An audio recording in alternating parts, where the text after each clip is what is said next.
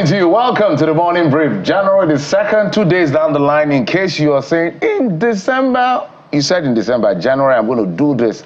24 hours has gone. Welcome to the program. I'm Jeffrey. Just a little reminder, guys. Yeah, the countdown is over. It's now the count up to 2025, and it's a full house.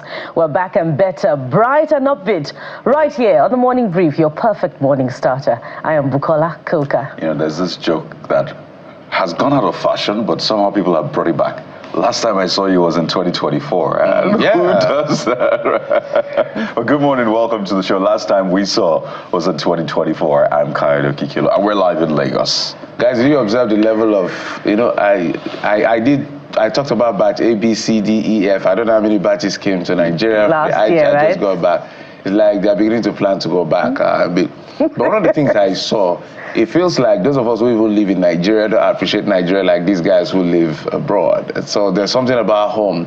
No matter where you go, no matter how beautiful those places are, they may be better in terms of literally as many things as you can count. But there's this sense of home. I've seen, especially, I must give a shout out to our brothers from the East. The houses you see in the East, I have traveled around the East. Some of the houses you see in the East, even some places in Lagos don't have it. Literally, these guys just go and build mansions. I know of a gentleman who said he spent about, as at then when dollar had a conscience anyway, he spent about $1 billion, sorry, $1 million I should say, to build this house. And he was telling the guy who was filming him, said, no, I know it's a wasted investment, but here, you know, this is part of what we do as a culture. No matter what you do, you must build big houses, you must show that you've achieved and all of that. So that sense of always going back home every Yuletide, I think is commendable. I shout out to all our brothers and sisters from the East. But we saw a lot of videos, the princesses and the princes, kings, and all the categories of people that came to Nigeria. I hope you had a great time. Now that you're leaving, you're going to put pressure on our dollar. Jeffrey, what if they want to stay back? Why? I don't know. Seems you are priming them like leave. Some of them don't want to leave, actually. No, if they don't want to leave, fantastic. Are you sure? Yeah, you know, it's fine. At least whatever they've learned abroad, they can, you know, we need everybody here to help the country. The country is in a very challenging period, so whatever it is you've learned from wherever, come and share with us. Bring it home. Yeah, and we saw the ensemble of those, you know, wonderful traditional dishes from the East, as well as our brothers celebrated Christmas in the East, and, you know, all those songs and all those, you know, festival of colors and culture, quite beautiful, you know, and commendable. I think we should take a cue from our brothers in the East and make Christmas such a festival of cuisine and music and everything that you can think of. It was quite beautiful. And maybe we should begin to build mansions back here in the Southeast. Wouldn't it be a crowd, Kadi and Jeffrey? There are already mansions here. Yeah, mansions. I just told you that there are mansions. I went to a village in the East, and if you see, you know, some of these guys, they are so rich, some of them can literally build a cathedral. I mean, for the churches and all. I mean, if you open those houses, they close your eyes, and I said some of those houses are better than some of the houses in the city. They literally, I think it's a cultural thing. Certainly it for is. them. And I don't know, guys, is it too early to start asking for your New Year's resolution? Is this a time, or should we wait? No, I think we should ask if we achieved our New Year resolutions in 2024. So here's starting with you, Kyle. Interesting bit, actually. We always do that, write your goals out. Some other people do the vision board, and I was looking through, and I realized that I actually. Is it okay to actually share?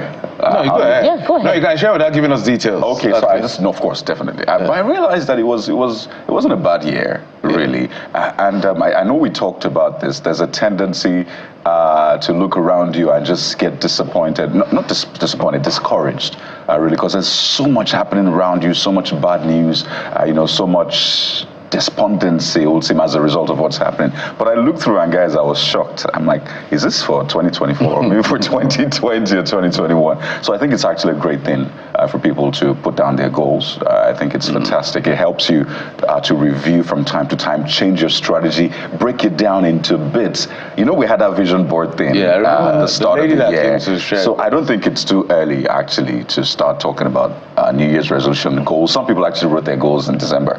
Early December.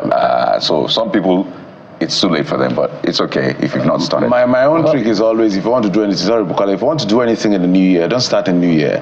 start somewhere around December, especially those of you who want to eat better and all of that. If you can discipline yourself during the Yuletide that is supposed to be open to carelessness, if you can do that, that's my advice. That's what I do. If you can do anything in December, January is going to be a walk in the park. But as you said, even my finances, I looked at it, I said, okay, not bad. You know, if you do over 70% of your target, it's not as bad. If We'll you talk do 80, after the show, Jeffrey. if you do 90, we'll have a conversation if you do after the show. 95 and all of that. What I'm saying in essence is, but you know, this job, what it puts on us is that we don't use our personal reality as the general reality of the people. Nigeria was really very challenging. In fact, one of the most challenging years in the history of Nigeria should be 2024. But somehow, some people were able to rise above the waters. Well, I think I'm going to take a cue from you as well, Jeffrey, and let's have a meeting after the show. We're talking finances. But I think Heidi is just trying to be modest this morning because, you know, I think you surpassed a lot of your goals. Yeah, I gymed in more. Instead of 50 push-ups, I did 51. You and I know what I reduced my cholesterol level. Really, I tried in all those bits. You and I know what, I lost 1 what kg. you're talking about, Kayode. Your presence on social media was very commendable last year, and you know, I'm going to take a cue from you as well. So speaking of goals, it feels like deja vu because same time last year we're here at this, you know, table talking about goals, and I recall talking about writing, you know, finishing my book and studying, and I was able to accomplish those 2 goals in 2024. So 2025, getting published will be one of my goals. Lovely. Oh, that would be nice. Getting licensed as a family life practitioner. So I'm queuing to purchase a book. Keep 5 for me. So thank you. It depends on the amount. Friends and family amount. Guys, so we're seeing Jeffrey after the show. No. Did I say make a lot of money? Don't I just run gave you a percentage. We're seeing you after the show. Don't run away, Jeffrey. Okay. All right. So what we'll do today is we will review 2024 with you guys. What is it that you were able to achieve? Nigeria generally, we're going to outlook or review. That's the right word. Review 2024 and get to see what was done right, what was not excellent, and what can be improved upon as we enter into 2025. That will be the very first conversation we'll be having right here on the Morning Brief. Guys. Yes, and not just that, we'll also be touching on the health sector. Just how many Nigerians have been enlisted on the universal, on the country's health coverage. And we're looking at one state also specifically as far as healthcare is concerned and efforts to reduce the all-important out-of-pocket spending in the healthcare sector. There you go. So you have a sense. We're looking back, but more importantly, we're also looking forward into 2025. And finally on the show this morning, that's of course after we're done with the health sector, yes, improving that, we'll then move on to give you something quite unique, right? Some became more popular than the others, but some of them have really held on to this. And some of them moved into other things. So, so some of them, you know, they've been able to infuse the Africanness in this rock music. Yeah. So if you trace even Icon Car, people like Frank Edo, you see a bit of soft rock and all of that. That's how they started. Before, in Nigeria, they say they blow. I'm looking forward to that conversation. Yeah, and it's interesting. Some genres of music don't get so popular, so when some people stay on the beat, you know, we borrow wisdom from them. All right, so that will not be all. We'll be talking to you via social media, X, our social media of choice. We'll read through the things you said to amplify, whether it's the budget, the president's meeting with the governors, or NNPC, whatever it is you're talking about, that's our job. And we will amplify it right on the program. But we'll take a quick break. When we come back, we'll bring you top stories. We forgot one thing. We'll flash back again to 2024. Things we did right here on the show. We started off yesterday, we'll continue today. Stay with us.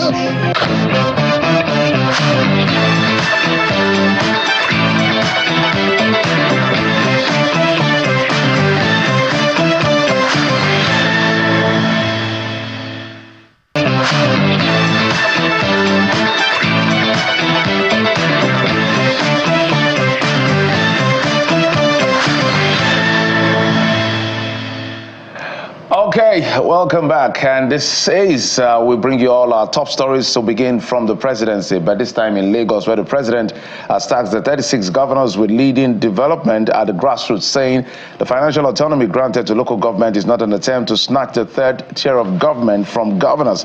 The president, while speaking when members of the Nigeria Governors Forum, led by Kwara State Governor Abdulrahman Abdulrazak, paid him a courtesy visit, a New Year homage at his Ikoyi residence in Lagos, said the leadership of governors at the subnational level is central to achieving food security, economic prosperity, and rapid national growth. And let's talk taxes. The Nigeria Labour Congress, NLC, is insisting that the federal government must withdraw the controversial tax bills from the National Assembly. In his New Year message to Nigerians, especially workers, the president of the NLC, Mr. Joe Ajaero, says the need to withdraw the bills was based on the welfare of the Nigerian workers. He also spoke on the need for a government to reflect transparency, inclusivity, and honesty in its dealings with the masses. And in business, riding on the back of domestic borrowings by the federal government from private sector, Nigeria's broad money supply increased by 51% year-on-year to 108.96 trillion naira in November 2024. According to the Central Bank of Nigeria's money and credit statistic data, the increase was from 72.03 trillion naira corresponding period of 2023. Broad money supply represents cash and demand deposits, as well as savings deposits, money market deposits, and time deposits.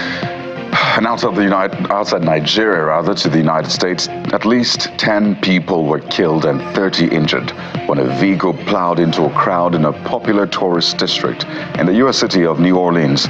U.S. media outlet CBS News cites witnesses saying a truck rammed into a crowd packed with people celebrating the New Year in the district, known as a French Quarter, at a high speed before its driver jumped out and started firing a weapon, with police returning fire. Very, very, very sad development in New Orleans. And of course, let's get to sports, where two-time heavyweight boxing champion Anthony Joshua has visited President Bola Tinubu at his residence in Lagos. The Nigerian-born British boxer, who is in the country for the festive season, presented the president with an autographed glove with the inscription to the great Asiwaju Jagaban Bogo of Africa, Bola Ahmed Tinubu.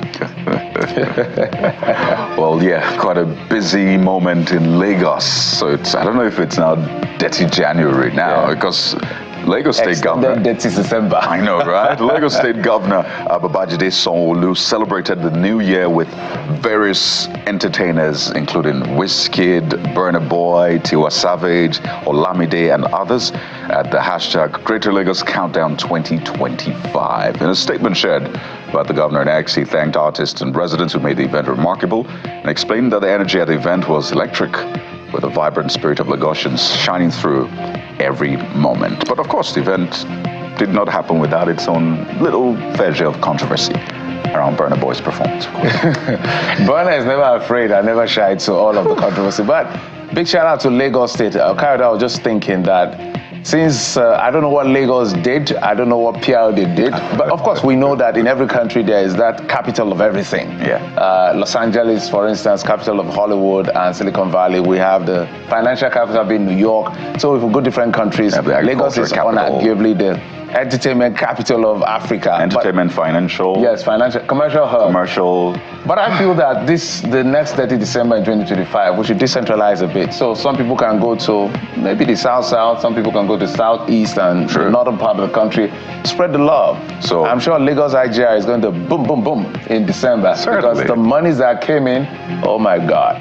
I think they should give us a data of how much was spent in Lagos this December, because this I just got back. They came in with dollars, they came in with pounds. I know if you convert, just coming in from the UK, for instance, you're coming from Liverpool or Manchester. Jeffrey, and you came with $2,000. Not again. 4 million naira. You will oblate and scatter everywhere. You know what I'm saying? So, yes, but it's important. But sometimes that's just a bottle or so of a certain drink. Okay, that's one Dorime. You know, right? I don't know. But more importantly, what I'm saying is that the data has to be collated, because entertainment is really an important aspect of our development. I know the contribution to GDP is not as significant as it should be, because all of this collation may not have been done. But if we rebase we need to consider this, because that is where a lot of people are not rigged out. So the young people hold their fort in that area. It's there. So it's important. And if you have a business or you're thinking of starting a business, start considering these options or these opportunities, because there's lots of them. So start preparing for December right now. But what are the trending issues this morning, Jeffrey? Okay, let's begin with the one that the military is saying it's eliminated over 10,000. That's the number, 10,000. Exactly 10,937 terrorists in 2024 alone. That's a massive number. I mean, these guys were neutralized by the military. They are terrorists, according to the military. So, Abdul Rashid, you say your biggest target in 2025 should be the elimination of Bello Turji and his boys. Free the entire country from bandits so that the renewed hope agenda of Mr. President will see the light of day. God bless you, your men in uniform. God bless the Federal Republic of Nigeria. Well, this user certainly sounds like a supporter of the APC or the government, at least. Hey, there's nothing wrong in that. The next one is Michael, and this is targeted at the Nigerian army, directly saying it's not all about how many you kill, but have you returned, or have the people returned back to their home? Are they able to sleep with their eyes closed? What of farmers? Have they been able to cultivate? Can you travel on the road without being kidnapped? Yeah, I think that is the end game. Yeah. If this is not the end game, then all of the killings will mean nothing. But I think it's a critical point this person has raised. Shout out to our military servicemen. Thank you for your service. That's why we're wearing this till January the 15th, to appreciate and stand with you in whatever you do. But I think this captures the end game. That's the goal, and I think that's their own goal as well. Because you realize that these people didn't take a break on Christmas Day. Yep. I mean, all of us were marrying. Well, some of you people marrying, Christmas Day, Boxing Day, even New Year, but they work around the clock. So yes, we have to give credit, absolutely, where it's due, and of course, encouragement and absolutely. Mark Abiodun says, we support our military. More grace to them and more wins. Absolutely. So that took just right out of her mouth. And Hammond follows up by saying, in just 2024, because 10,000, Jeffrey, that's a lot. That's a lot. So this user says, in just 2024. So this user is asking for some sort of fact-checking evidence. How are we sure that these numbers are not manipulated? Naturally, you expect that the average citizen will trust institutions like the military, but they've had experiences time and again. So it's not out of place to ask these questions. I think one of the biggest targets of this government and any government, for me, I was talking yesterday on the show, is that in 2025, whatever we can do, if we have to remove people to replace them with other people in terms of institutions, we must restore confidence in our institutions. Certainly. INEC has crisis of confidence. Judiciary has crisis of confidence. The law enforcement has crisis of confidence. Even labor unions have crisis of confidence. NNPC has extreme crisis of confidence. So I could go on and on. It's not good. Who is holy, Jeffrey? It is not. No, it is not good for any country. Wow. We cannot just not trust anybody. No, it's not good. We need to do something so that we can, when these guys speak, we know it is true. Anyway, withdraw tax bills from National Assembly. NLC insists. DAG, that's your name. Politicians of regional interests have hijacked the NIC for political gain. They have paid them to attack the tax reform bill, but they should go and tell those who send them that they are not doing enough to stop Tinubu. I think you should mention the NLC now for political gain. And that's what you talked about. This next user, Alabi, says, before I could respond, I had to read what he said. That's Joe Ajero put out that New Year's message. And this user says, guess what? He practically said nothing. He just wants to oppose for the sake of opposition. I know NLC had opposed prior to this point, but this user was hoping to see a reason, concrete reasons. Why are you against it? Well, he says that he believes that this there needs to be more consultation and all of that. You need to carry people along. But I think this user was expecting something more concrete. Okay. Oluwasegun says, I no longer understand the labor union in Nigeria. The first pro-poor bill in the history of the country should be withdrawn simply because their financiers are angry. Okay. Maybe we'll go to the next one, Kari. Yeah, I need some more context and more details, if you don't mind. Who are the financiers? I think I'd love to know, really. But let's move on to this next one. And a lot of people saw the images. In fact, you saw it earlier on, Anthony Joshua visiting Nigeria's president. Now, there are lots of other things to pick from that visit. All the presidents stay in Lagos, or short visit to Lagos. But let's go into the comments you have from Anthony Joshua. So, This one from Agbado. Agbado and Pakibida, that's the name of this user. It says, nice one, Josh. You made us proud and shows, well, this shows that you never forget your heritage. This next comment, Jeffrey, is quite interesting. Olusegun says, I pray and wish Joshua can get back to his winning ways. God willing, God has blessed Nigeria with so much talent. Yeah, so Joshua's not really had it very rosy with the record. Maybe not with the money. Because the money would always come in, win or lose, to a large extent, but the record certainly. So we hope that this will mean good things for him. But let's move on to something more important, right? While it's cheered to see Anthony Joshua visiting the president, people are saying, what is the president doing to fix the hardship in Nigeria? So he put out a New Year's message, that's President Tinubu, and he promised to address escalating drugs and food prices by establishing yet again a bigger credit establishment that would have the Consumer Credit Corp, the NSIA, and all of that underneath. So credit guarantee company. Exactly. So this is meant to open up credit to the larger population, because I am not sure that the Consumer Credit Corporation really did much in this 2024. So the president had a chat with the guy. Exactly. So the president made a promise that by Q2 that will come in place. So let's take the first user, Idris Dadaore says, I hope he fulfills his promise, because politicians can no longer be trusted, especially in terms of promises. Filippo Saga has this to say as we wrap up. Welcome, test GMO food. Bye-bye, good health. Let me start planting my own vegetables and rearing my own chicken. So, you know where it's going to with this, right? How did we get here? I thought we were talking about the credit revenue corporation. Well, perhaps because the president said he's going to boost local production, and food is part of all of that. So they're saying that for that level of acceleration to drive down costs, perhaps GMO has to be factored in. That is what I see as the nuance of what he's trying to say. I may be wrong, but that escalated really fast. I was still talking about, wow, you have to give it to Nigerians. So that's pretty much it. A couple more comments coming through, but please send them in. #CTV Morning Brief, so this can shape the conversation that we'll have this morning, Jeff. All right, we'll take a quick break. When we come back, we'll get to the very first conversation that has to do with reviewing 2024 and outlooking 2025. Stay with us.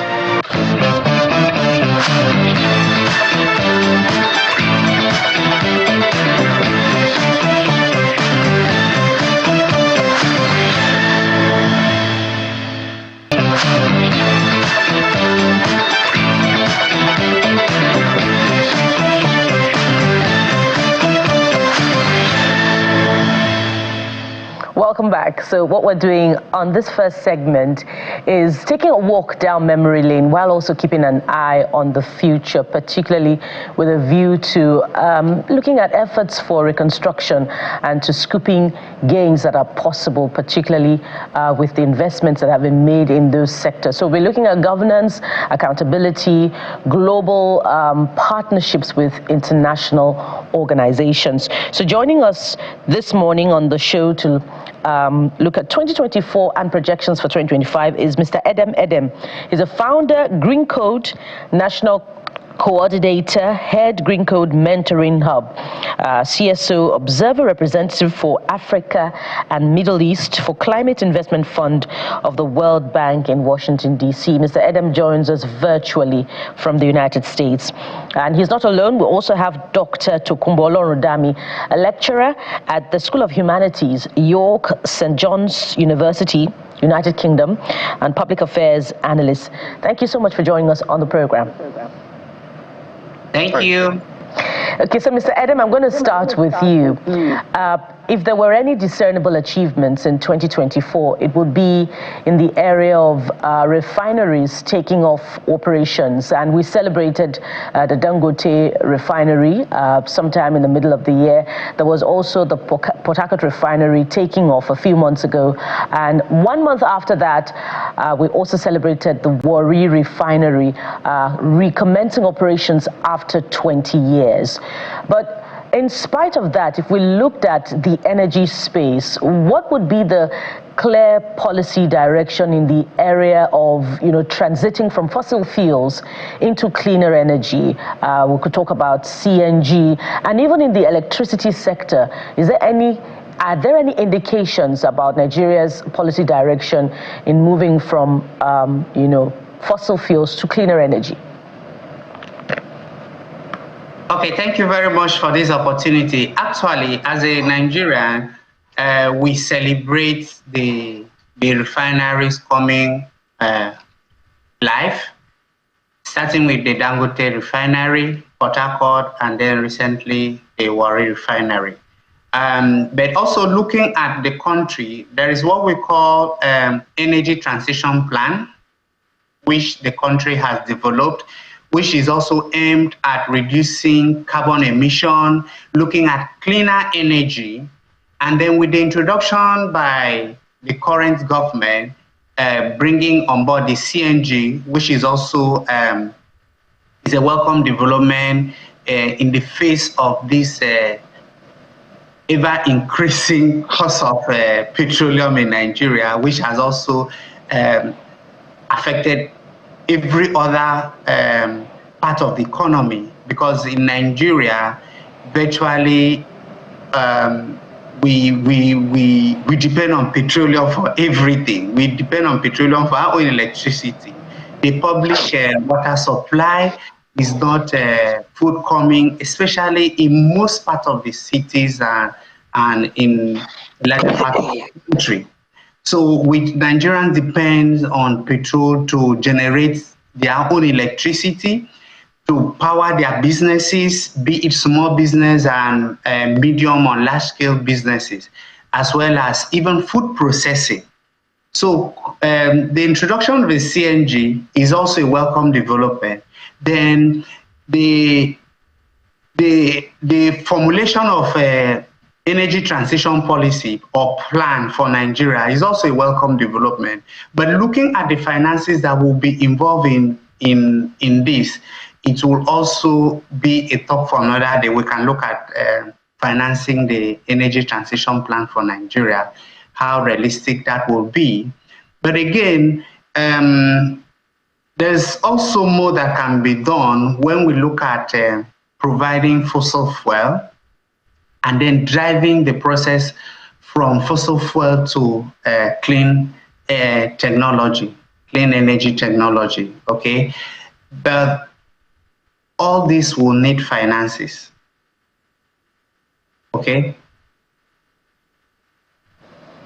All right, let's take it to Dr. Olorundami. The same question I'd like you to respond to, but perhaps you'd also want to talk about continuity in governance, because the twilight of the last administration, there had been some partnerships that the former vice president signed in the area of investment in energy, but we haven't seen deliberate follow-up on that. Perhaps you also want to talk about that and how that can be revived in the future in terms of transiting from fossil fuels to cleaner energy.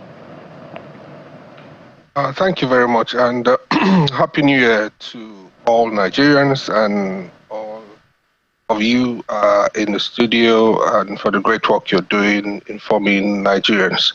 I will want to very quickly agree with Adam on the energy transition agenda, not just for Nigeria and Africa, but it's a global trend now. We now know that the use of fossil fuel is now taking a very disastrous and existential threat to our door fronts as humanities, as human beings, on this planet. And we do know that we are pushing the planetary boundaries, very drastically, very quickly, to a stage where it becomes a case of all of us, suffering at once for it. I agree very strongly with Adam's notion on energy transition. I will want to add very, very strongly and quickly that it's not just about transiting, it's about transformation. In many scholarly publications today, advocacy is not just for energy transition, but for energy transformation. And I will explain this very quickly. It mainly deals with having our attitude transformed, having our infrastructure transformed, and having a sense of sustainability, a sense of order, a sense of using, negotiating, doing business, and using the earth's resources, with a transformed attitude. So my advocacy, in addition to what Edem has mentioned, with energy transition, is that government needs to pay more attention to the transformative edge of the transition. Otherwise, you continue to see people displaying suspicion, and as we have seen with, the new transport system using a new type of gas that is less, less disastrous to the environment. But to talk about continuity, I think it's a system that we have come to accept as norm, where a new president, governor, local government chairman comes in and just takes on new project, takes on new agenda, and start doing new things, not minding too much what's been done before. This borders on strengthening our institutions, where no matter who comes into place, where institutional frameworks and structures and infrastructure and personnel are well established, no matter who comes, they can tell you, this is where the driver before you stopped, this is where we need to take things. So it's not in the nearest future that we need to activate all the agreements that has been signed before President Tinubu. It is today. That gives us a sense of continuum as to how to drive not just economic activities, but energy transition agreement, climate sustainability frameworks that we need to sign on to and continue to pursue as a country. All right, let me take this to Adam and just talk about some of the things we've seen so far in 2025, because it's important to just measure, juxtapose. Have we learned from some of the things we experienced in 2024? Are we trying to fix them? And I'll mention two instances. First, the president released a statement that's a New Year message to Nigerians, and he talked about starting, the National Credit Guarantee Company, which he talked about to essentially help Nigerians be able to afford, simple things of life. But he also talked about things like citizens' moral rectitude and faith in our country. He talked about trying to fix them. So to that extent, he said that there will be a national identity project, there'll be a national values charter. He also talked about the youth confab, which he says that will take place in the first quarter of the year. But it will look like, to a large extent, this government is beaming the spotlight on the citizens, because if you talk about the National Identity Project, the National Values Charter, trying to fix how Nigerians see and approach their country. A lot of people will say that, no, the change should not begin with me, it should begin with you in government. But how do you see this playing into some of the challenges we saw in 2024 and fixing them for 2025, if you catch my drift? All right, thank you very much. For me, and I think as a layman and a citizen of Nigeria, we look up to those people in government, those in the corridors of power. We look up to them and we expect much from them. We expect them to lead by example. What do I mean? Now, we have been complaining about the cost of governance, okay? And Nigerians have been also complaining about the cost of living. Food is very expensive. The inflation rate as we speak has hit all-time high of 34%, which has not happened in the last 30 years. So now, if the cost of living is very high, and coupled with inflation and the devaluation of the naira, and then the government is not living by example, they are not leading by example, they are not living by example, the cost of governance is still going high. then is a very serious cause of worry for us citizens, because we need to see the government work what they say. And for us, as a lesson learned, the government should not be reactive. They should be proactive from what they say they want to do. Okay, so now let's look at it in reality. Now, Nigerians have been complaining about income, the purchasing power. Do we have the purchasing power that will enable us fit into the credit scheme that the government wants to implement? If you don't have a source of income, how then do you enroll into a credit scheme? That is one aspect of it. So the government need to learn their lesson by seeing a way of improving employment for all citizens, improving purchasing power. That is on the other hand. Then on the other hand, if government wants to talk about more or less reorientation for everyone, then they should be leading by example. First, the cost of governance must be reduced. Then they should also speak to those in government. How do we award contracts? How do the police attach to politicians? How do they behave with ordinary citizens?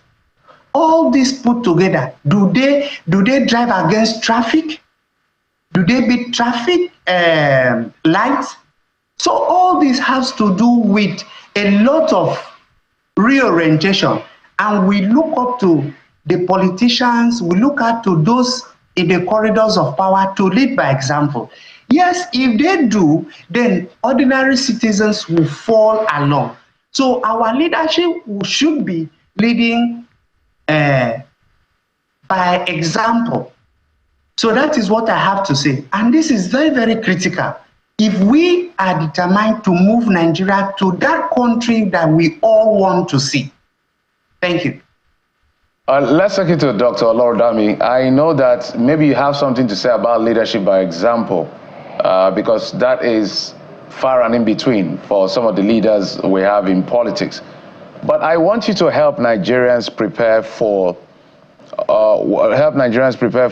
what 2025 is looking like. How should they approach governance and policy from policymakers? So this is what I mean. The president, bold and courageous, he's been given that credit, and you can see he's not shifting ground. He's been very consistent in his posture and positioning. PMS subsidy is gone, and is gone for real. He has maintained that position.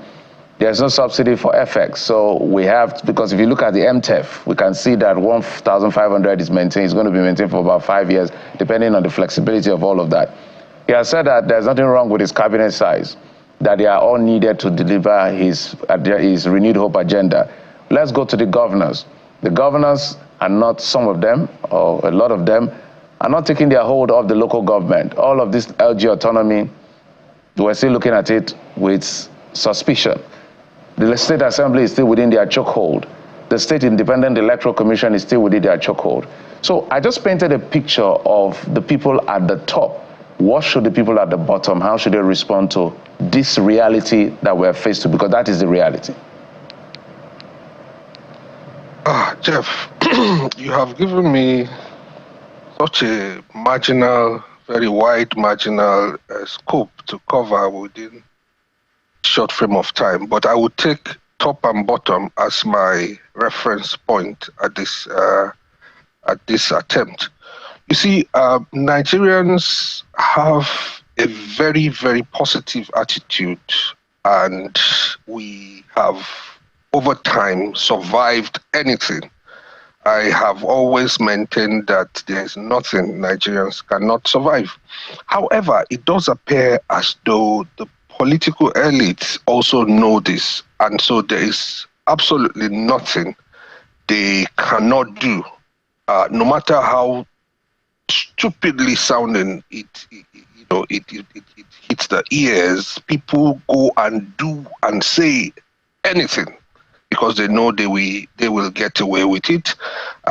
You see people go to the court in crutches, knowing they don't have any form of ailment, and Nigerians say nothing about it. And you see snakes swallowing billions of naira, and they announce it, and Nigerians say nothing about it. However, I feel that the closest form of government to the people is the local government. And if Nigerians ever want to take governance seriously, we need to all move into our local government and start asking questions. What is going on here? What are the funds used for? How much came in? How much went out? And in what directions are this money being spent?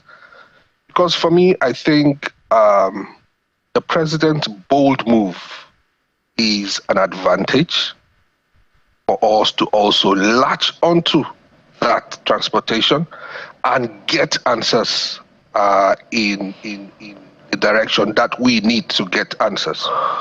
Now, the gap between the intent of this current administration and tangible impact is getting wider by the day. And perhaps that's because it does appear at times as if it's only the president that is really pushing this agenda. I know that will be an unfair statement to those who are also making their efforts count, aviation, immigration, and things like that. But I want to just put it out very strongly that there is a need for a cohesion, a national posturing to the current economic reforms. Getting not just the presidents saying it and making bold, but getting the buy-in of the local, state, and the federal systems to also latch into it. By so doing, posturing very positively that we know what's happening and we are getting onto that train. Everybody is contributing and bringing their value to the table. So Nigeria need to switch their attitude and start asking that question from the local levels. And as we get into our wards to the local government system, we can start energizing the process. And perhaps a form of awareness about governance is also needed. Well, perhaps an area that we should also be asking questions would also be financial accountability. During the last administration, a lot was said about how, there were breaches in fiscal responsibility, particularly with the administration obtaining the ways and means. But we've seen in this current administration supplementary budgets obtained in addition to the 2024 budget now, additional supplementary budget, the first being 6.2, and then the one for the FCT obtained 2 times over. In spite of savings made from subsidy removal, which according to the Minister of Finance is to the tune of $20 billion, I believe, if I'm quoting him correctly. So what are your projections, Mr. Edem, now about, the expenditure of this administration and its ability or inability or the lack of it to, be in line with the Fiscal Responsibility Act from what you see in its spendings from 2024 and 2025? Okay, thank you very much. If you look at the 2025 budget, the 2025 budget is a budget slightly over 49 trillion naira. This is all-time high so far in the history of Nigeria. And then looking at this budget and then putting it side by side with the current, the budget of 2024, and you also see that there have been a lot of, I just want to mind my language, there are a lot of budget lines that ordinarily shouldn't consume that amount of money. So in terms of budgeting, we have heard several stories about budget padding and a whole lot of story about it. But I also feel that the budget should come from the bottom to the top. There should be a process whereby the citizens fit into the budget. And that way it will make the budget to be very, very realistic. Now, looking at these budget lines, especially for some of the budget categories, we see that some of the budget lines seems to be repeated. Okay, we have although there are some budget lines that seem similar, let me just say so, but they seem to be repeated. So we need to take a critical look, because if you look at this in a layman eyes, it looks very okay. Looking at the capital expenditures and the supplementary that is being proposed, it looks okay, because it also lay emphasis on infrastructures and all that. But there are a lot of repeated budget lines which we feel should be streamlined to enable us feel the impact of this budget. And then looking at what is also the current reality, that the budget of 2024, because of the supplementary, will also extend into 2025. In terms of fiscal accountability, this is not very okay. We should have a budget calendar that we stick to. And even when we cannot finish that expenditure, then because we operate a medium-term expenditure framework, which expands into three years, which is the minimum framework for that expenditure, we should be able to carry whatever has not been spent for a particular fiscal year of that particular budget into the next one. So not by extending the 2024 budget. I hope we all know that the 2024 budget of the federal government is going to be extended into 2025. This is not very good in my own calculation, because once we start this process this way, we are now going to set a standard, because it therefore means that with the budget of 49.7 trillion, that money will not also be expended in total in 2025. And therefore, maybe a supplementary budget also will come forward to add to the 49.7, and then to also be extended to 2026, which is not a very good practice, if you ask me. So as we wind down, let me go to Dr. Lauren Dami, and I'd like to refer to the President's New Year's statement yet again, because that really sets the tone. Yes, he met with the governors yesterday. He essentially told them to also key into what the central government is doing, saying, hey, we're not taking local governments from you. But governance at all levels is key to whatever outcomes we'll get in 2025, starting, of course, with the federal or central government now, as the president described it in his statement. And I know that the president in that same statement talked about a section of the population that are tainted, that see things through the prisms of politics, ethnicity, region, and religion, asking Nigerians not to get distracted by those segment or that segment of a small population of Nigeria. But what's the point here? It is clear that things are not how they ought to be. Well, it looks like the president agrees, but the question is, how fast can we begin to turn the tide? Some have thought or said that 2025 may even be worse than 2024. So if you were to give the president a to-do list, by extension the governors, what would that to-do list look like? Maybe the first 5 items for 2025. Let me use this time wisely to advise the president.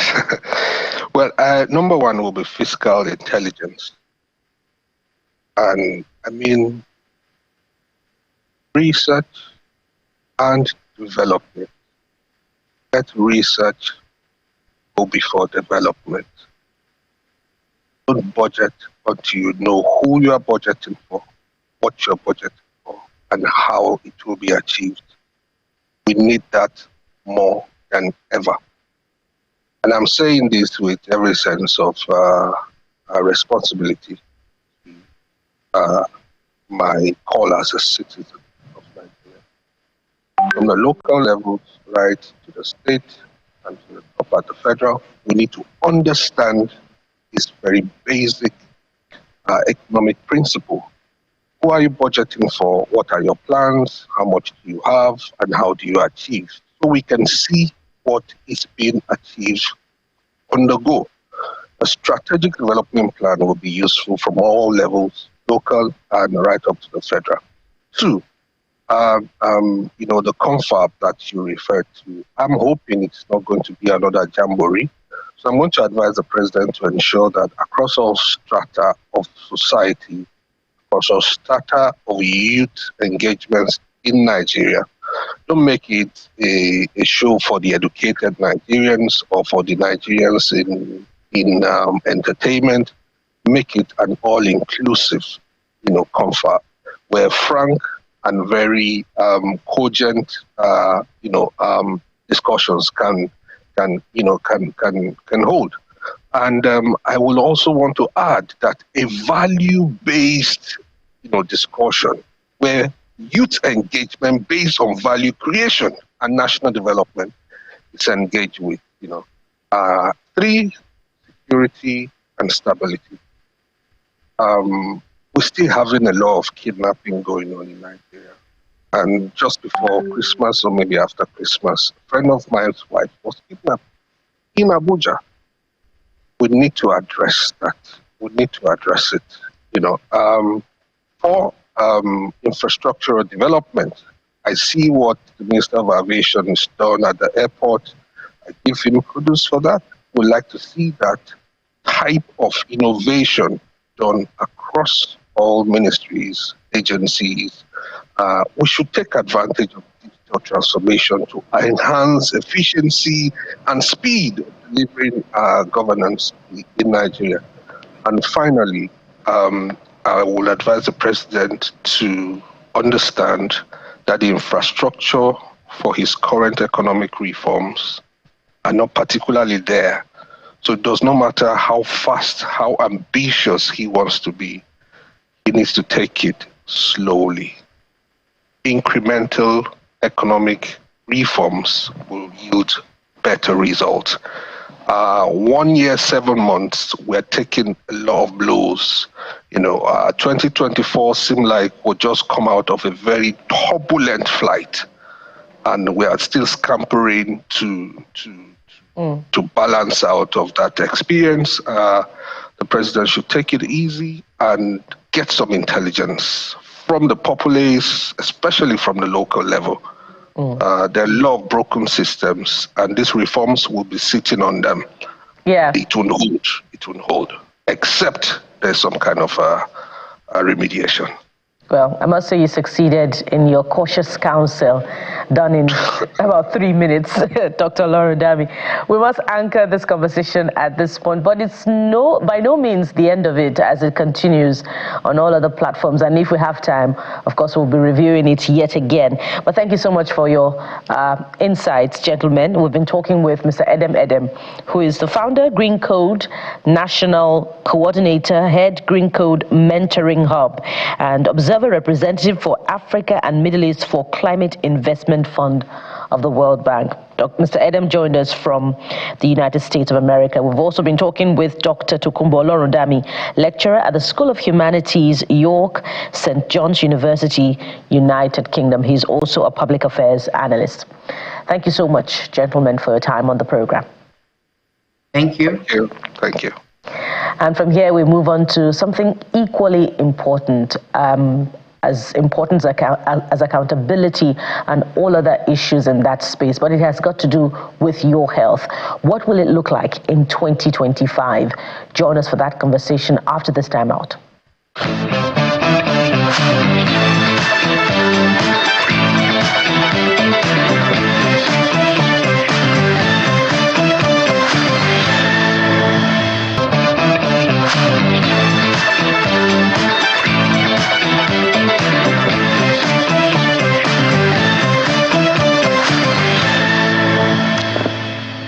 It goes without saying, health is wealth, and I bet 2025 is a year people want to get both good health and some very good wealth. So this morning we're talking about your health. How well did we do in 2024? And it's talking about access to healthcare for average Nigerians, and what are the plans for 2025? We're joined by the MD, Anambra State Health Insurance Agency, which also operates at the national level. Dr. Simeon Onyemachi is also a member, Forum of CEOs of state social health insurance agencies in Nigeria. Joins us from our Abuja studio.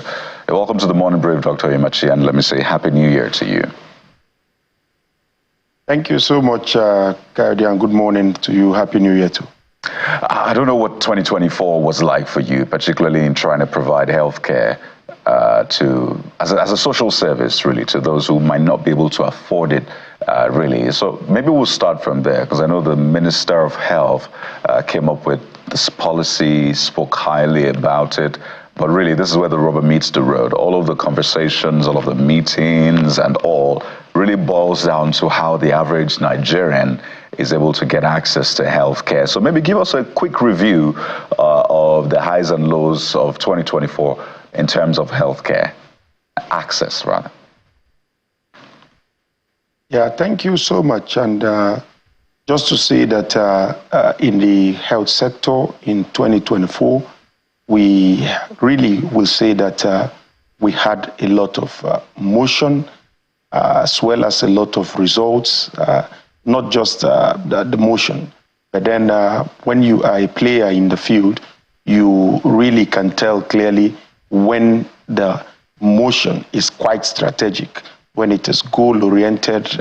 So we have, quite frankly, a coordinating minister for healthcare, Professor Mohammed Ali Pate, who is laser-focused in terms of what he wants to achieve, but then to underscore that focus in the Presidential Health Sector Renewal Investment Initiative, he has put in place a lot of structures in place with regards the various players at the national level, i.e. the National Health Insurance Authority, the SWAP office, coordination office, the National Primary Health Recruitment Agency, as well as, most importantly, understanding that there is no federal citizen in this country. We are all members of one of the federating units or the other as subnationals. So the intentional approach towards galvanizing the actors at the subnational levels, whether it be at the level of our state governors, our principals, or down to the local government level with engagements with ALGON, especially in the light of the current topical issue around autonomy. But then to underscore what has happened clearly is to say that so far we have that when you want to improve health outcomes, right, it is very important to have financial access, and that underscores the entire discussion around universal health coverage, because universal health coverage is such a time when everyone, wherever they reside, right, have access to healthcare that is of sufficient quality to be effective for the particular need that they have. So right, working hand in glove with pardon me, and I caught the point where you said there was a lot of motion and some sort of improvement as well. So let's cut to the chase. I just wanted to get a background because there's a lot to cover. We know that healthcare is expensive. Just getting equipment, for example, for X-ray, you know how much that costs, right? But people need these services to ensure that they live a better life. So I just want to go straight to the heart of it, really, because it looks 2025 is a year where we just go straight to it, we just cut to the chase. So how much does it cost on an average, for example, to give a package, a healthcare package to an average Nigerian, at least from your end? How much does it cost? Thank you. we have 36 states of Nigeria with the FCT all having a functional state social health insurance agency. Every state in Nigeria. In the past, we used to have about 2 states that were delayed, but as of 2024, every state government in Nigeria have social health insurance scheme. And the reason why this is important, I'll get to your question in a second, is that it is critical for people wherever they reside to be able to purchase a benefit package that will take care of their healthcare needs, whether preventive, promotive, curative, rehabilitative, as the case may be. At the federal level, we have operated the National Health Insurance Scheme. We had done that for about 19 years. This year will make it 20 years since the operationalization of that. But Nigeria, understanding clearly at the review sometime around between 2012 and 2014, seeing that our coverage, the people in Nigeria, our citizens and residents who have access to healthcare when they need it without suffering catastrophic health expenditure, were somewhere around less than 3%, and that was unacceptable. So the conscious policy of decentralization was brought to motion, that look, every state government needs to have a state health insurance scheme to take these services down to the people at the grassroots, using the structures of the various states, understanding that our local dynamics, the contextualization of spreading the message of the importance of having a prepaid method for assessing healthcare, rather than what I prefer to call cash and carry health system, where today you have money, you are able to pay to go to the hospital and what have you.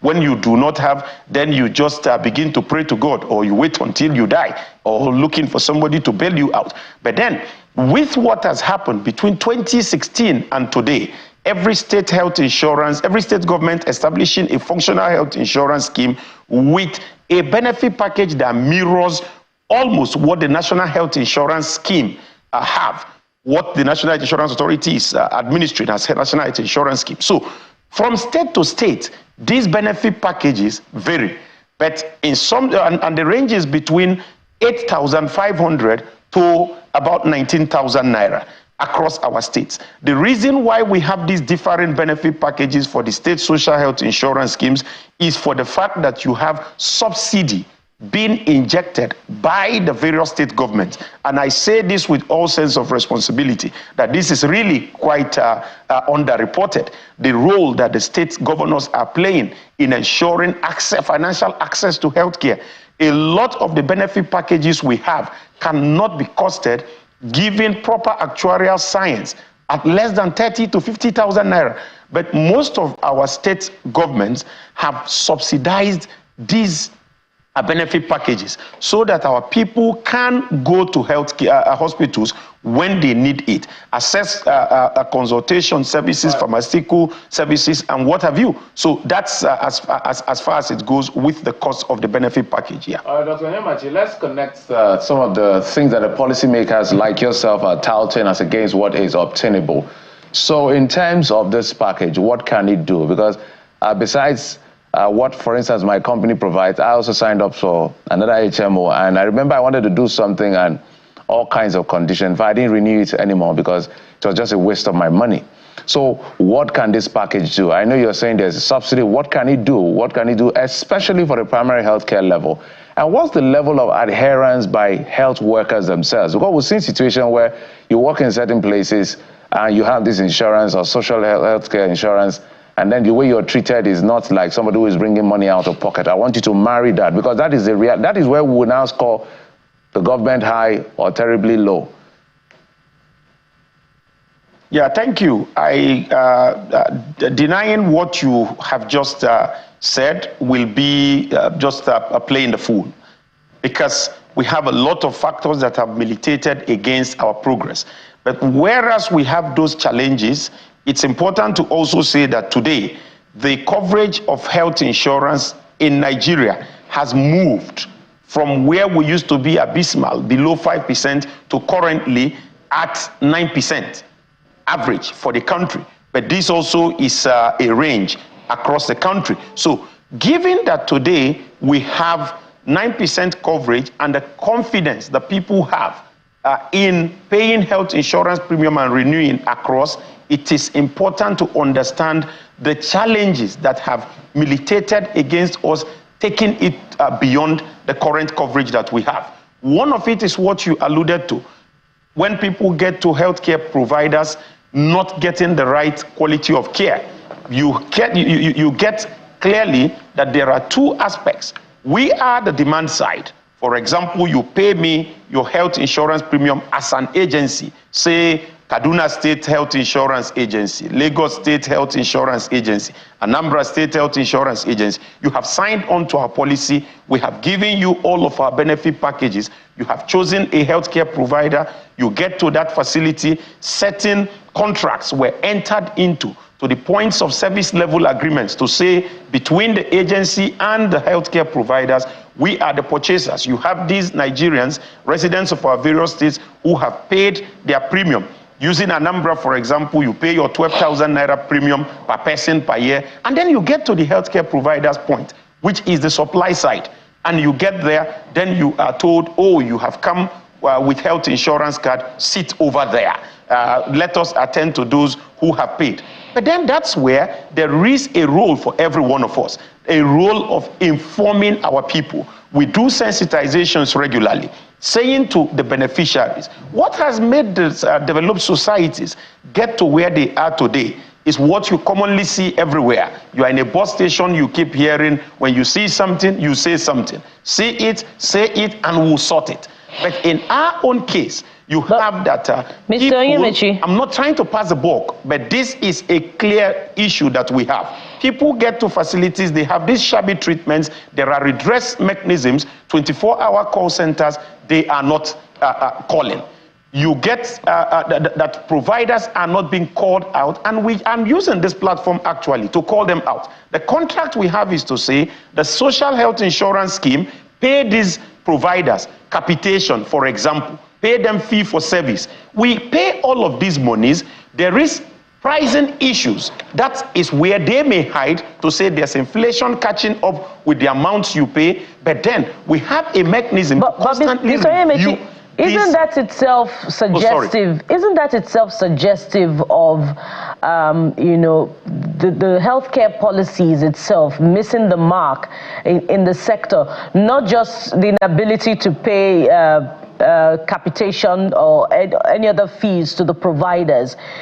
Jeffrey's question is instructive to the extent that does the healthcare insurance scheme itself provide for challenges such as diabetes, for which, you know, Nigeria is reporting the deaths of about 22,000 persons annually? Those sufferers are spending more than they can even afford in terms of out of pocket on, you know, funding their healthcare challenge. You could look at kidney diseases, what Nigerians are spending, those who are suffering from that disease, on, you know, what do they call it now? Dialysis. And we could look at tuberculosis and all those other healthcare challenges. The scheme itself, for those who are even on it, is unable to cover those challenges. So isn't there a mismatch somewhere, or the healthcare scheme itself has not fulfilled its purpose? I'd like you to speak to that.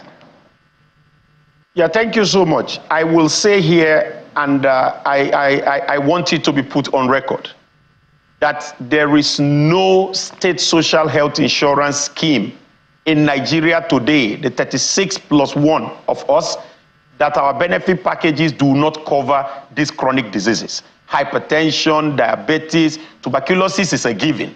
HIV care and what have you. But you have special programs of interventions taking care of some of these. However, the chronic conditions, just to underscore that, at least 80% of the reasons why our people die from preventable causes are covered in our benefit packages.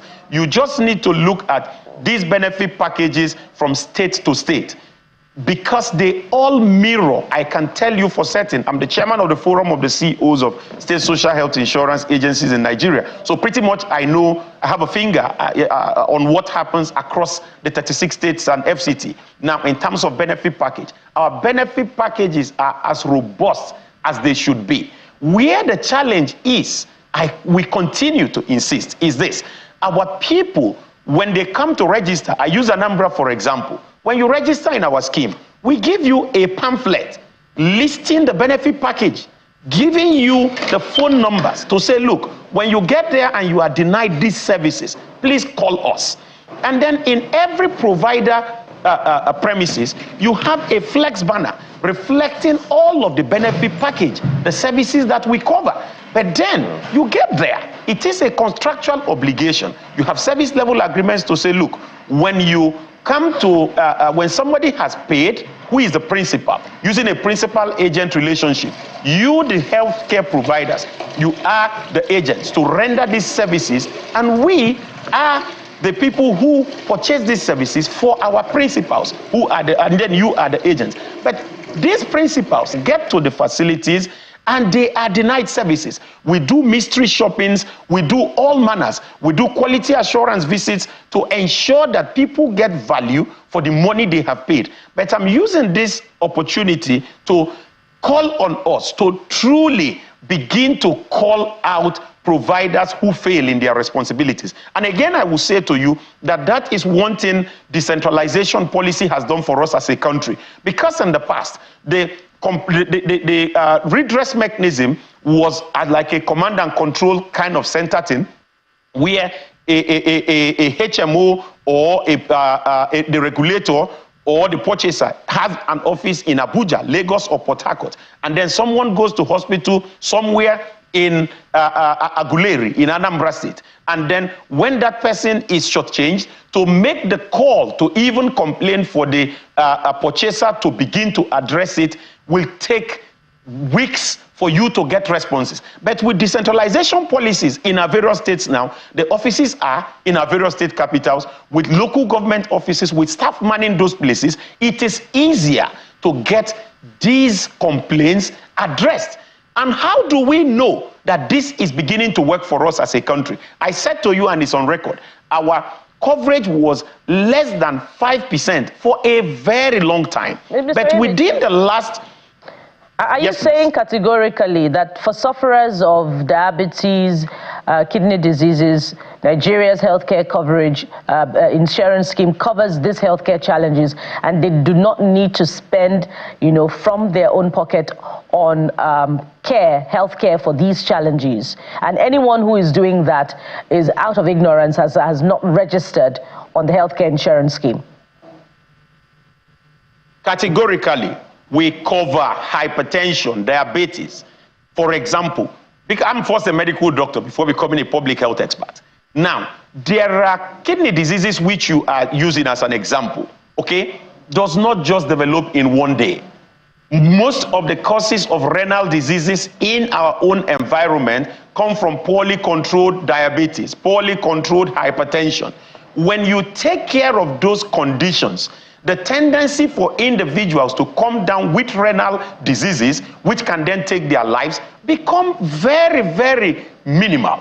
So with a financial access mechanism, which the various state health insurance schemes and the national health insurance scheme is providing for our people, when you have these financial access by paying your premium, whether in the formal sector, you are a civil servant at state level or federal and what have you, or you are someone in the informal sector and then you have paid your premium, you get to these facilities. Right. What this is to guarantee is that people should have uninterrupted access to taking their medications. If you have diabetes or hypertension, you are expected to live on medications all your life to control the numbers as well as prevent the complications, which renal is. But kidney dialysis, for example, for most of our schemes is not covered. That is that particular service, dialysis.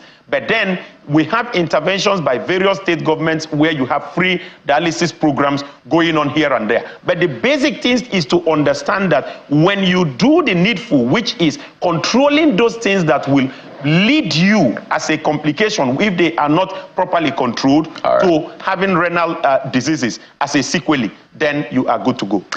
For what it's worth, I'm glad we're able to have this conversation, know the kind of work that has been done to this point and what we have to do, well, in the coming year, or this year as it is. We have to thank you so much. It's enlightening to hear the work you do. I've been speaking with Dr. Simeon Oyemachi, who's MD, Anambra State Health Insurance Agency, and also member, Forum CEOs of state social health insurance agencies in Nigeria. You say for as low as 8,000 naira, right, people can get coverage?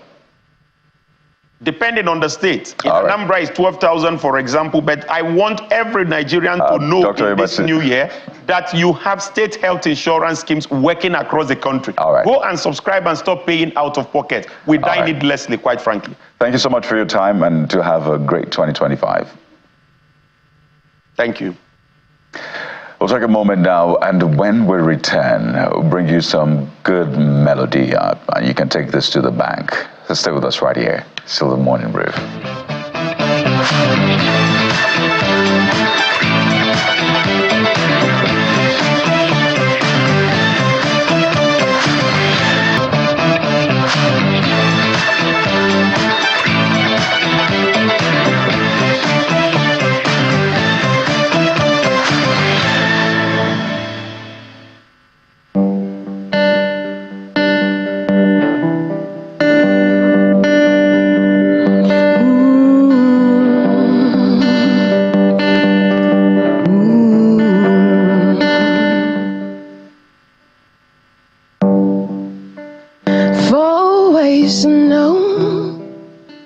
Something was missing, but I couldn't place what. Depression started gripping. Pain was my daily companion. Broken down with regrets as deep as the ocean. Then I heard of your great love, and walls I built started crumbling down. Gentle touch of your spirit. Now I see clearly. Now I know.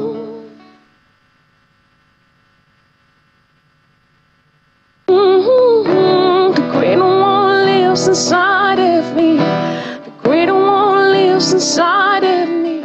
I have no fear, 'cause I have authority. The greater one lives inside of me. The greater one lives inside of me. I have no fear, 'cause I have authority.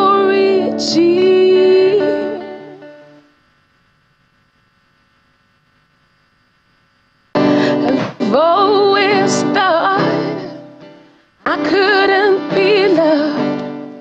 Like, how can I get what I cannot give? I asked, what am I living for when I can find what's there to fight for? Then I heard of your great love, and walls I built started crumbling down. Gentle touch of your spirit. Now I see clearly. Now I know.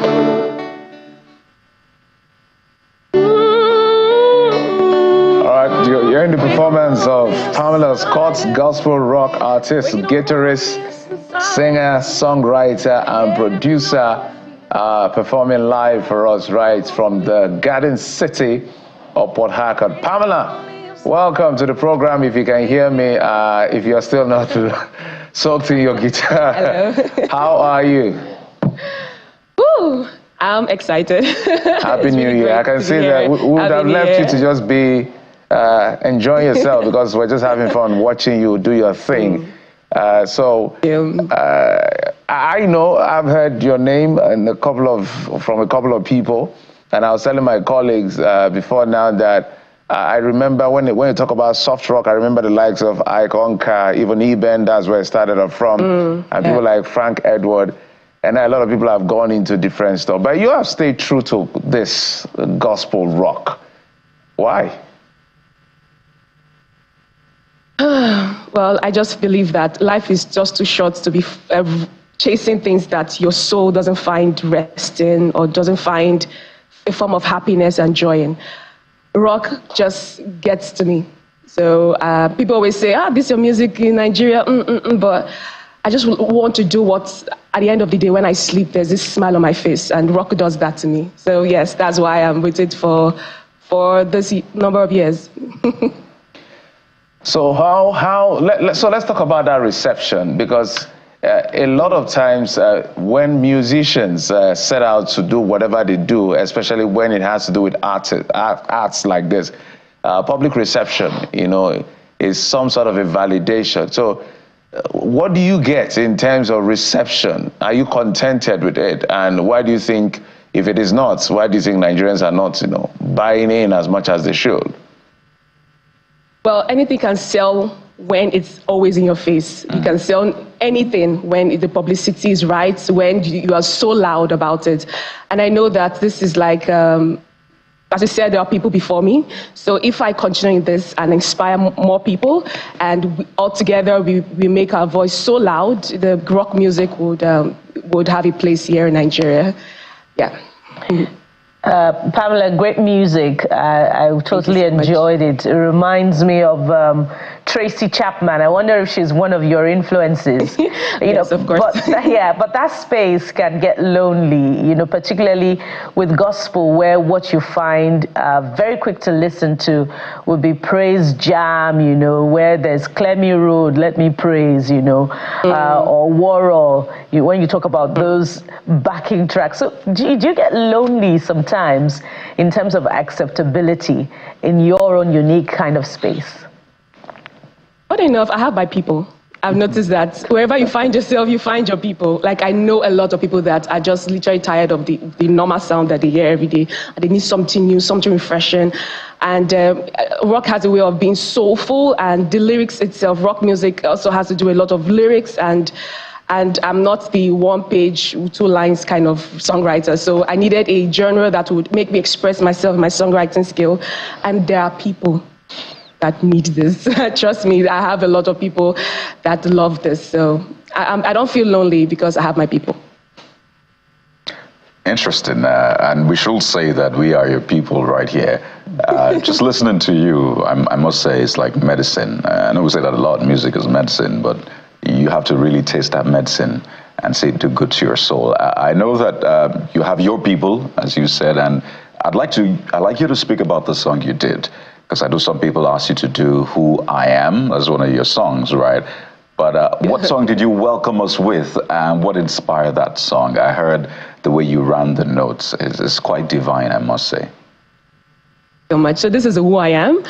Yeah, so I did a post online, asked what song should I do, and some people said Who I Am. So this song is the main song of my EP that I released in 2020. And this song has to do with finding one's identity through Christ. And this is my life story. Every song in that EP just relates to me. First, I remember, down to Forward, down to Lifeguard, down to Who I Am, and the last one being Don't Lose Faith. You could even listen to it, you can see my journey in all of that confusion state and finally finding who I am. Right? And that's why I said I'm not bothered, because there's this strong certainty of who I am through what Christ has done for me. And so that's what the song's all about. From verse 1 is, I've always known something was missing, but I couldn't place what. So depression started creeping. Pain was my daily companion, broken down with regrets as deep as the ocean. Then I heard of your great love, and walls I built started crumbling down. Just a touch of your spirit, now I see clearly, now I know. So that's just the verse 1 and the pre-chorus. So that's just the journey. Then the verse 2, I've always thought I couldn't be loved. How can I get what I can't give? I asked, what am I living for when I can't find what's there to fight for? Then I heard of your great love, and walls are built, and pre-chorus, then chorus, then that's who I am, loved, forever loved, saved, forever saved, free, forever free. So that's just the whole summary of not knowing to be known. And that's, I mean, how you have come to be who you are today. And still talking about who you are, you share a bit of your journey online with your people, right? And you just bagged a degree, am I correct? Yes, I did. Thank you. So, you know, I read through the lines, and I know that it's always quite tricky when you're done with school, for example, and you say, I want to do music. And your parents say, I'm sorry, I didn't get that. Me what? No, you're going to school, right?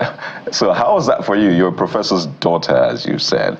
So how did that really work out? It looks like you're enjoying best of both worlds, but was it all rosy, or is it all rosy, I should say? As you say, my father's a professor. So at the beginning, he didn't really quite like what was going on. And but, you know, sometimes you need to put your feet down so that they can see. You know, some people they see before they believe. Some people believe before they see. So my parents' case was they had to see before they believed. So I had to do all of that work so that they could believe in me. And I got into school and. Well, I'm not dropping the degree I got. I'm not the kind of person that says school is scam and all that. I went there for a reason. You know, I took 4 years before I got into school. So me getting into there, I knew what I wanted. So I'm in love with the computer space. So at the end of the post, you see what I said, I'm going to be venturing into cybersecurity or data analysis, and combined with the music, because you know, music itself is, for me, is a passion, a hobby, and I don't want anything to stress me with money, because I don't want money to infiltrate this music, because it's going to mess with my head. So I do what I have to do for the, you know, the music is what keeps me going, even in the dark days. And the money comes, the money doesn't come from the music, I'm fine. That's what I had to have the profession just there while I do my music because I feel this is where my voice can be heard and touch lives and be a blessing. Because this life, you didn't come here to just work, pay bills. You need to look for a way to actually touch the next person. And I believe music is that great tool for that, to relate to that. So that's, right. For me, I don't have any problem. All right, so let me ask some personal things. Pamela Scott, so how did that name come? Because the average person, we should be hearing some local names. So do you have a local name? Pamela Scott, that's all we know. And then what does it feel like being the daughter of a professor? What does it feel like being in that kind of household? Okay, the first question, Pamela Scott. My first name is Pamela. Scott is my middle name. That's my dad's name. So my son name is Akpila. Yeah, so I was just looking, which sounds nice, because I can't answer all three names in the music space. So okay, Scott sounds cute, so Pamela Scott. And the name itself has opened a lot of doors for me, even without even seeing me. Just the name, like, who is she? And I'm so grateful that the name has a way of sticking to your head. When you hear it once, you don't forget. And being in a household where my mom is also a doctor, an academic doctor. So professor, doctor, your parents. Funny enough, my dad was once a DJ when he was younger. When I heard that, I laughed. I was like, oh, no, it doesn't just sound right. A DJ, then professor. DJ, then professor. But I think they see that that I took a little part of their lives. My mom wanted to sing, but, you know, she has a very sharp voice, but she went into ministry and, you know, but I think I took a part of their dreams, which is to enter the music space, and they are in it. And when I did my first concert, my dad rallied around telling his friends to come, like, it was mind-blowing. So I like the fact that I have parents that support me. Seeing the fact that I'm doing the academics, of course, you can't fail in that, and they will support you in this. So I'm so happy that I found the knowledge and wisdom to combine both, not having one to fail. Yeah. All right, Pamela Scott reminds me of Jill Scott. You know, that's another American singer. Well, the fruit, they say, does not fall far from the tree. So, professor, DJ, degree holder, and singer. He should not hear you say that. He's heard already. But thank you, no. Daddy, for giving Pamela the opportunity for expressing herself. Speaking of which, we need to hear more of this rock that we do not hear too often. So perhaps you want to do Teach Me for us. Okay, all right, let's do Teach Me. The longer I played it, why did you choose that song?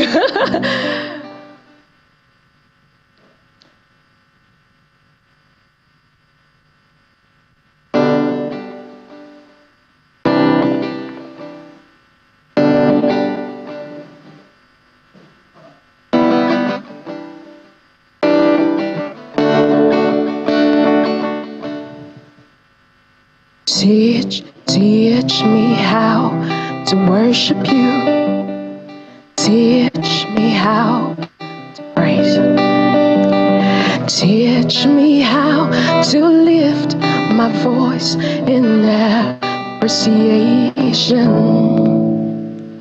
Teach me how to love you in the good times and the bad times, oh Lord. Teach me how to call on you in tribulation. Don't want to be found wanting in your presence. Don't want to be found praying amiss. I want my words to be right. I want my thoughts to be pure. Teach us to talk right, to walk right, to live right. Oh God, teach us to walk right, talk right, live right for you. Teach us to talk right, walk right, live right for you. Teach me to talk right, walk right, live right for you. Teach me to talk right, walk right, live right for you. Teach me to talk right, walk right, and live right for you. Wow. Oh boy. Wow. Pamela, if we allow you, you're going to take us all the way down Truly to heavenly. I don't know where you're going to take us. So, but we must thank you so much. But before we let you go, where can we stream your music? What's the name we're going to find? Pamela Scott, maybe spell it out for us as quickly as possible. Okay, so on all platforms, Pamela Scott Music, on all stores, Pamela Scott Music, Pamela, P-A-M-E-L-A, Scott, S-C-O-T-T, double T. People keep using one T. It's two T's.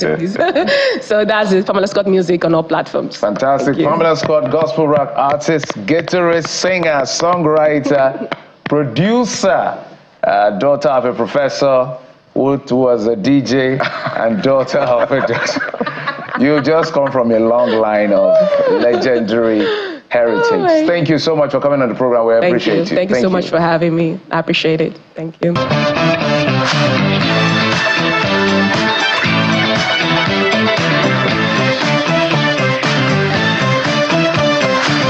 All right, so gentlemen and ladies, yesterday we started this off.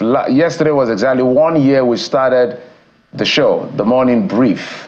January 1st was when we started, and we just had to throw back to some of the great episodes we had in 2024. So we're going to get to that in just a moment. Okay, I understand we'll get to that. Let's begin with some of the things we did. I know we had some conversation, guys. So Kaide was not here yesterday, so he missed out on the action. So now that you're here, so let me throw it to you. So you take over on this one. Well, quite a number of episodes that excited me last year. I know you shouldn't have a favorite, but one that was very emotional for one of us, Bukola. It's the one where we had Helen Paul on the show. So let's show you a bit of that episode where we had Helen Paul. It was legendary, really. So thankfully, you don't know what happened behind the scenes. Thank God. So watch. I'll be back to show you some more. in your foundation, you must understand what works for you. Sit down, get a pen and paper. What works for me? What is working for Buki? What is working for this person? So I grew up as a child that was rejected, and I want to be accepted. So what do I need to do? So my foundation has really helped me today. Now, the speed you are going is high. What next? So when you get to that point, then you ask, Holy Spirit, I need direction. Then God speaks to you. Cool down. You don't necessarily have to do skits.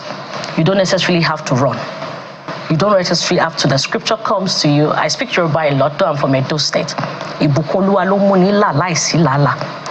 Is the mercy and the grace of God that helps you become successful without any sweat. So I take it easy. I'm not following the crowd. Why? Because of my foundation.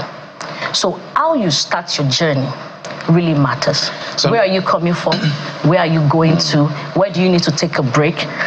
And that's where I am today. So we're going to be oscillating between your many parts because you're multifaceted. So we're going to be oscillating between your many parts. And one of the places of interest, I'm sure to young people, we described you as an actor, a comedian, an academic.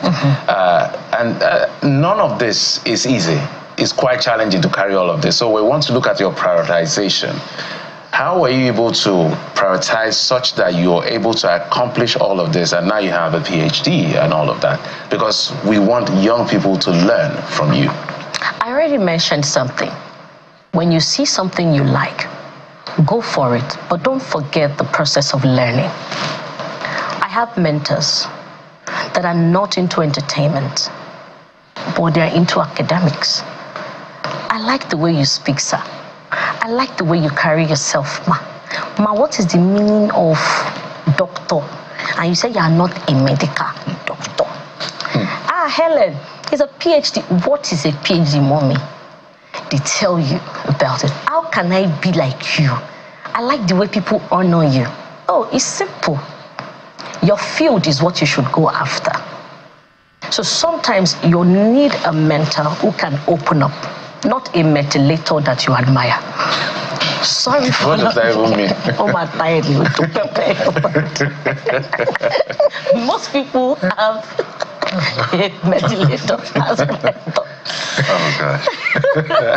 Are we going to survive this session? No, you will. What I mean is truthfulness. The people that you're learning from really matter. We all have fantastic people, but we do not know how to manage them. And let me just say that your book, Legacy of Debt, it's a story, right? It's like a novel. It's a novel. Of sorts. Yes, so it's quite different it's from... on Amazon. Fantastic. So Legacy of Debt. And just to put it on record, you said you've not jackpot. I have not jackpot. Because you said Nigeria is a great nation, but how would we be great when our greats are jackpot? No, they didn't jackpot. It was some leaders that said not too young to run. When I heard that, I was scared, so I ran. We gotta run now. Speaking of running, we really must run now. Helen, thank you so much. Thank you so much. We didn't know the time. Dr. Helen Paul, academic, actor, singer, writer. The list is endless.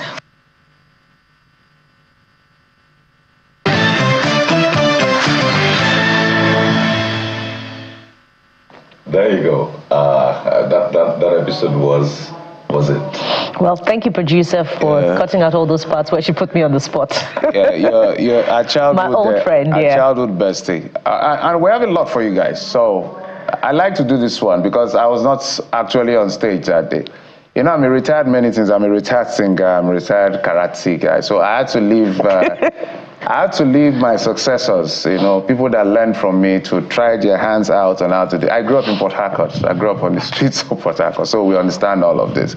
So I had to leave Kayode and Bukola to try their hands out on self-defense with our karate experts. So just watch this on how they were able. Well, they did survive, so I must give them kudos. Watch this. You co-founded the Black Explorer. How will this journey impact that organization you co-founded, and what are you hoping? Yeah, this is still the morning brief, guys. It's like a morning brief dojo this morning. We're doing something entirely different. We're paying attention to not just fitness, but self-defense. I mean, who knows? These things might just come in handy. And to walk us through all of that this morning is our coach, Lawrence Abo. He is fitness instructor and self-defense trainer. Lawrence, it's good to have you on the morning brief. Thank you very much. Good. So you are sensei now. Good to have you on the program. I imagine that's the term, sensei. Oh, yes. We'll call you the coach. Yes. So talk to us. First, why is this important? Okay, self-defense, well, not just self-defense, including fitness. Fitness is very, very important for every single individual, you understand. You need to be able to protect yourself out there. It's getting really scary, you understand. Not just that, everybody needs to learn a form of self-defense. Oos. When you bow, you say oos. Oos. Oos. Okay, Yes. what does that mean? Oos is like, it's in a response. Okay. So for how long do we bow? Oh, just a few seconds, like 2 seconds, fine. Okay. Ready? Yeah. We bow, Ray, oos. No, you repeat, you have to say it. Oh, okay. Okay. Ready? Yeah. All right, let's go. Oos. Oos. Oos. That's it. And your. Stay strong. All right. All right. Okay, so from here, we're going to warm up a little bit. Okay. Let's start with the shoulders. Take it off. 1, 2, 1 more, and 5. Now we'll go side to side. 1, 2, 3. Hands up, and now we're going to bounce. No? Switch your legs. Let's start with the left leg. Okay. Okay, yeah, this is a front stance. This is called a front stance. So yeah, you're not like so that. this helps you stand Okay, well. yes, you're balanced. You're properly balanced. Okay. Like you're standing on the train, yeah? Okay. So the two legs will never be able to come together. Else you fall off.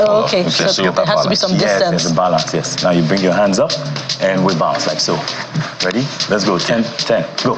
1, 2, 3. Bounce faster. 4, 5, That hand 7, stays up. 8, 9, 10. Switch it. Now we use both hands, huh? Right. Go like so. 1, 2, step back. Okay. 1, 2, step back. Ready? Right. 1, 2. So you go forward, 1, 2. Immediately you step forward, you step with a jab. Okay. Like so, 1 and finish 2. Right. Back. Okay. Make sure your hands are up. Okay. You want to protect yourself. Always protect yourself. By the way, this is self-defense tips. It's not to go for street fighting or anything. Just for self-defense. All right. Ready?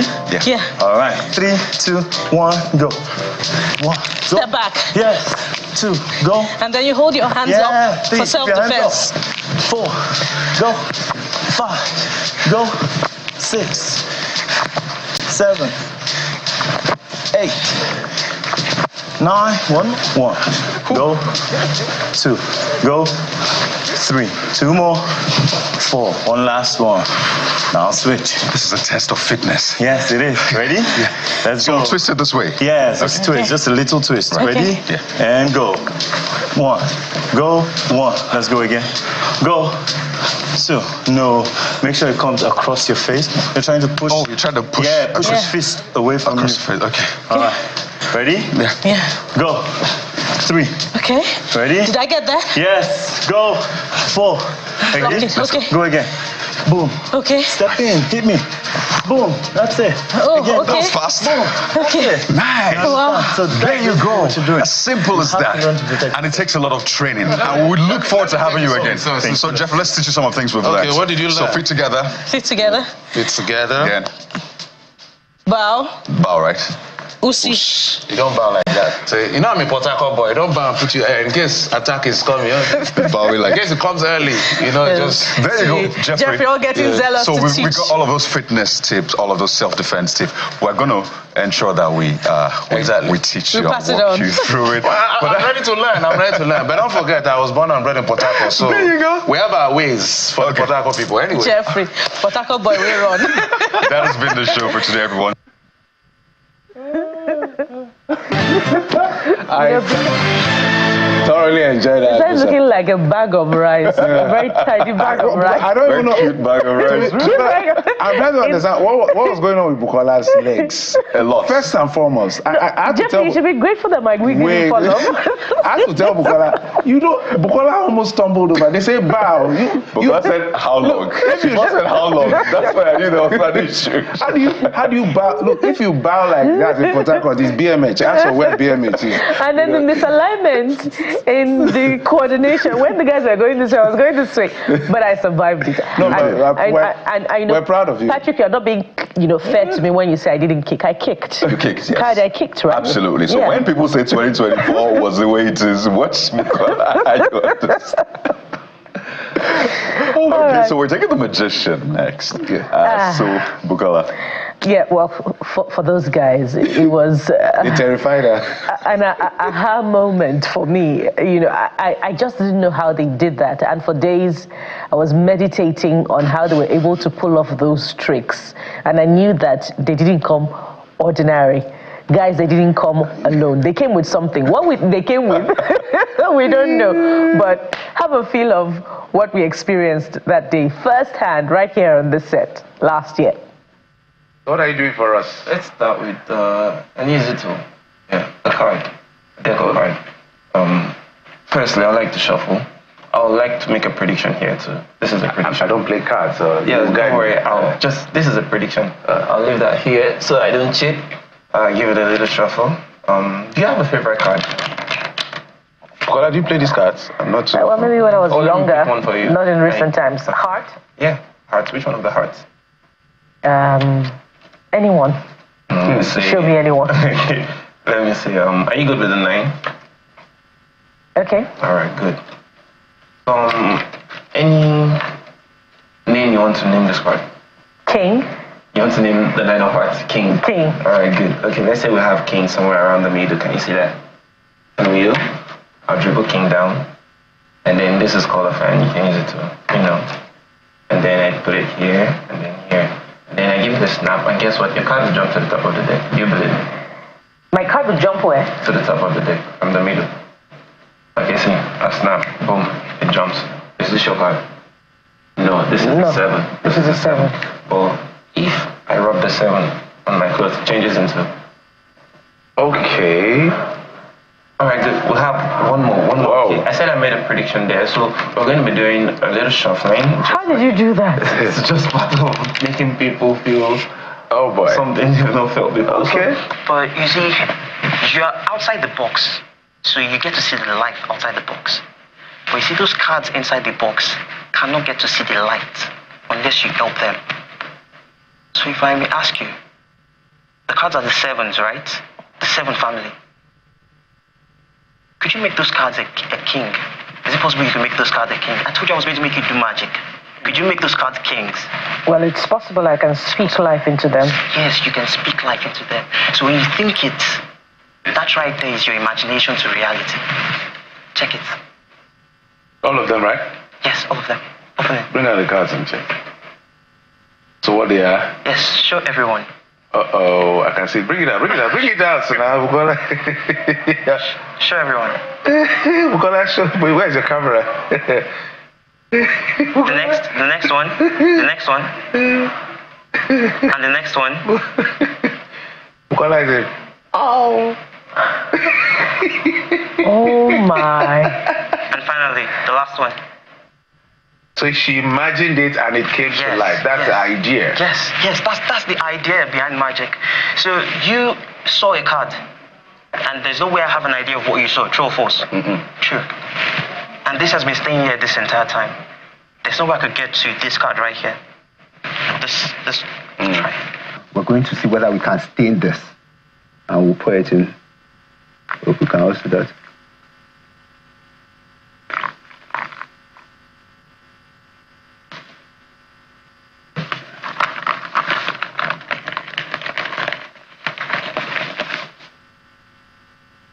Now, by now, this should be wet. I'm waiting for it to be wet. Open it. Let's see. But then, open. As I said, I can see some patches of wetness. Yeah, it's splashed around. All scattered. So you can see there's no way anything could hide because paper is all scattered up and down. I have a copy.